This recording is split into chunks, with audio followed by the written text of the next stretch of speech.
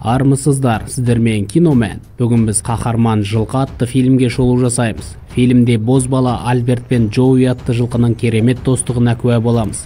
Арнаға тіркеліп лайк басып комментарий қалдыруды ұмытпаңыз. Ал біз бастаймыз. Это лучший конь из всех, которых я повидал.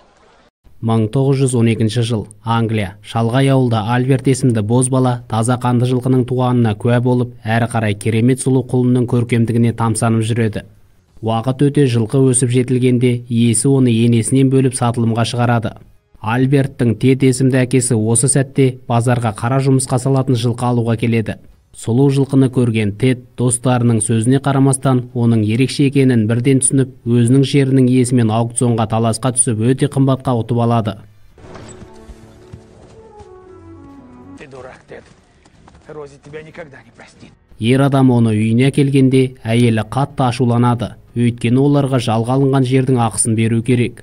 Роузи оны қайтаруды талап еткенде, баласы өзі үйрететінін айтады. Оның үстіне жылқының ақшасын қайтаруы екі талай. Әрі қарай Альберт үйретілмеген жылқыны ырқына көндірумен айналысып, лақап атын Джоуи деп қояды. Бозбала жылқыны ысқырығына келуге үйретеді.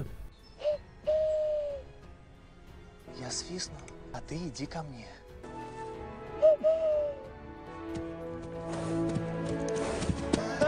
Молодец! Солай екеуі айырылмас достарға айналады. Жердің ақысын төлейтін кезде Тедтің ақшасы толық жетпейді.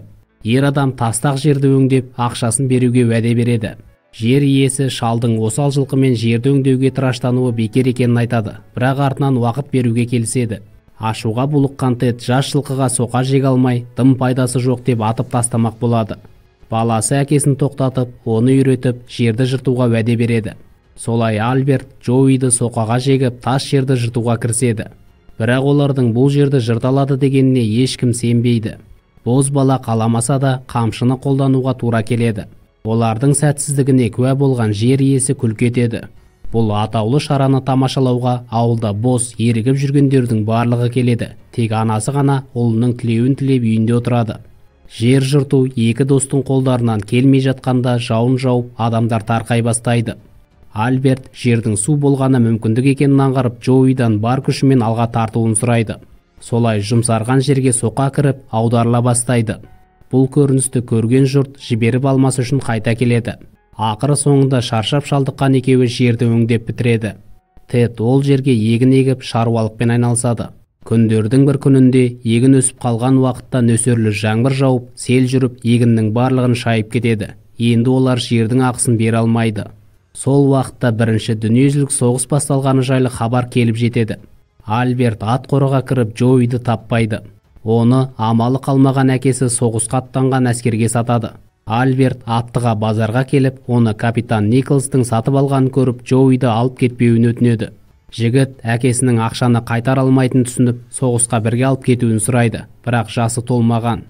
Капитан жігітті сабырға шақырып, жылқыға жақсы қарап, соғыс аяқталғанда жолдар болып аман қалса қайта табыстауға уәде береді. Альберт Джоуиға әлі көрсетіндерін айтып, әкесінің соғыстан алған жалауын жүгеніне байлайды. Жаңа ортаға үйренісе алмай жүрген Джоуиді майор Стюарттың Таптор есімді қара жылқысының жанына байлайды. Капитан Николс Джоуиді тізгіндеп, соғыс мәнеріне жаттығу жасайды. Жаттығу барысында Таптор мен Джоуи суырылып алға шығады. Нәтижесінде мәреге бірінші болып Джоуи жетеді. Бірнеше аптадан кейін олардың жасағы Францияға аттанады. Франция жеріне жеткен ағылшындар немістерге күтпеген жерден атты әскермен шабуыл жасауды ұйғарады.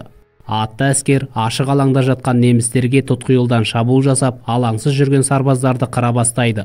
Нәтижесінде орманға бой тасалаған немістер пулеметтерін іске қосады. Ондай қарсылықты күтпеген ағылшындар бұл ұрыста жеңіледі. Ал олардың жылқыларын немістер олжа қылып алады.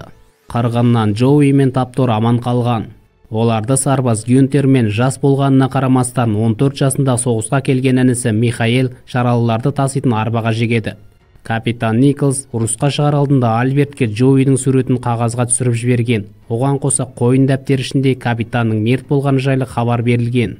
Гюнтер жас інісінің амандығын ойлап, Джоуиге байланған жалауды сәттілік үшін ұстатып, қашуын сұрайды, бірақ бала қашқысы келмейді. Бұдан кейін Гюнтер Джоуи мен Тапторды тізгіндеп, сапта кетіп бара жатқан інісін алып қашады. Боз балалар Италияға қашпақ болады. Бірақ кеш бата диірменде тығылып жатқан екеуін немістер тауып алып атып тастайды. Бұдан кейін шаруа атасымен тұратын Эмили есімді кішкене қыз диірменнен 2 жылқыны табады. Қыз оларды атасына әкеліп көрсетеді. Эмили сүйек әлсіздігімен ауыратындықтан атасы немересінің амандығын ойлап атқа отыруына қарсы болады. Кішкене қыз 2 жылқыға есім беріп, неше түрлі ойын ұйымдастырып, қатты бауыр басады. Сол арада немістер шаруа қожалығына келіп, соғысқа көмектеп азық-түліктің барлығын алып жатқанда, Эмили жылқыларды жоғарыдағы жатын бөлмесіне жасырады. Эмилидің туған күні келгенде атасы ер-тоқым сыйға беріп, Джоуиді тізгіндеуіне рұқсат береді. Эмили Альберттің жалауын атасына ұстатып, жотадан аса шауып кеткенде жамандықты сезген Таптор артынан шабады. Атасы соңдарына ілесіп, неміс әскерінің жылқыларды ұстап алғанын көреді. Война отнимает все. Она не кончится никогда. Ну вот вам и ответ. Солай Джоуи мен Тапторды зеңбірек тасымалдауға алып келеді. Бұл жердегі зеңбірек тасып сорлыққан жылқылар арт-артынан арам қатуда. Оларға қарайтын жылқыны жақсы көретін Хайгельман есімді сарбазға өлген жылқы орнына жаңадан алып келінген қара жылқыны қатуды бұйырады. Сол сәтте Джоуи досын аман алып қалғысы келгендей алға суырылып шығады. Сондықтан ауыр жұмысқа соны жегеді. 1918 жылда келіп жетті. Жасы толған Альберт досы Эндрюмен бірге 100 күндік шабуыл шайқасында соғысып жүр. Олар шабуылға шыққалы жатқанда капитан Эндрюға артқа қайтқандарды атасын деп шұңқырда қалдырады. Жау қолынан қой шақырылған британдықтар артқа біртіндеп қаша бастайды. Эндрюдің оларды атуға батылы жетпей өзі шабуылға шығады. Қарша бораған жау оғынан ғажайыптың күшімен аман қалған кейіпкер британдық сарбаздарға бас көтеруге мүмкіндік бермей жатқан пулеметшілердің орналасқан жерін жарады. Британдықтар жау шұңқырын басып алғанда оларды тұзақ күтіп тұрады. Шамамен сол уақытта аяғынан жарақат алып болдырған Таптор өледі. Сол сәтте ағылшындар күтпеген жерден шабуыл жасағанда жолдастары Хайгельманды алып кетеді. Таптордың денесінің жанында қалған Джоуиді танк келіп үркітіп жібереді.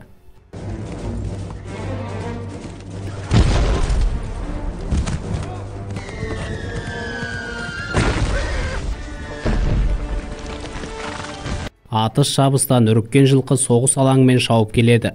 Ол 2 жақты бөліп тұрған өткір сымдарға оратылып, орнынан тұра алмай қалады.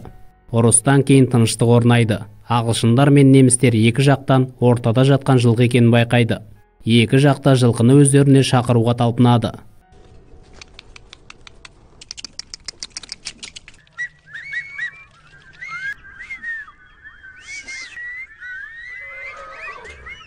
Жылқының оралып қалғанын түсінген капрал Колин артқа қайт деген бұйрыққа қарамастан ақ жалауды көтеріп, оны босатуға шығады. Жылқыға жеткен капрал немісті жолықтырады. Ол сымды кесуге қайшы алып келген. Бір сәтке адами қасиеттерінің арқасында достасқан жаулар Джоуиді босатып, кім алып кететінін тиын лақтыру арқылы анықтайды. Колин жеңіп шығып жылқыны өз жағына алып кетеді. Газ жарылысынан кейін Эндрю қаза тапқан, ал Альберт уақытша жанарынан айырылған. Капрал болса жаралы жылқыны дәрігерге алып келеді. Жанары көрмейтін Альберт адамдардың барлығы ғажайып жылқыны көруге кеткенін естиді.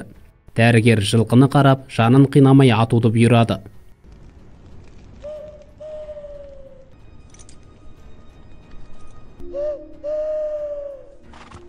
Көзі таңулы Альберт Джоуиді шақыратын дыбысты шығарып досымен қауышады.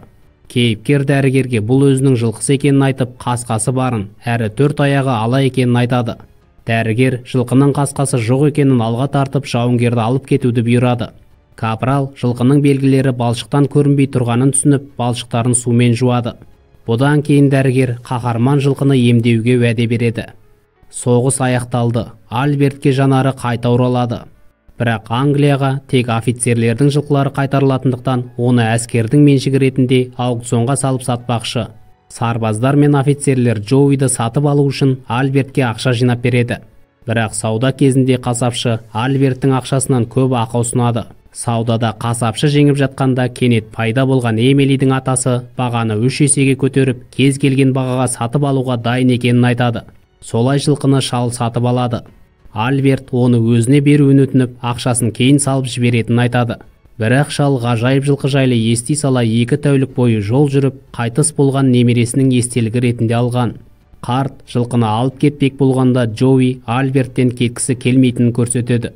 Эмилидің атасы жалауды шығарып, жігіттен не екенін білесің бе деп сұрайды.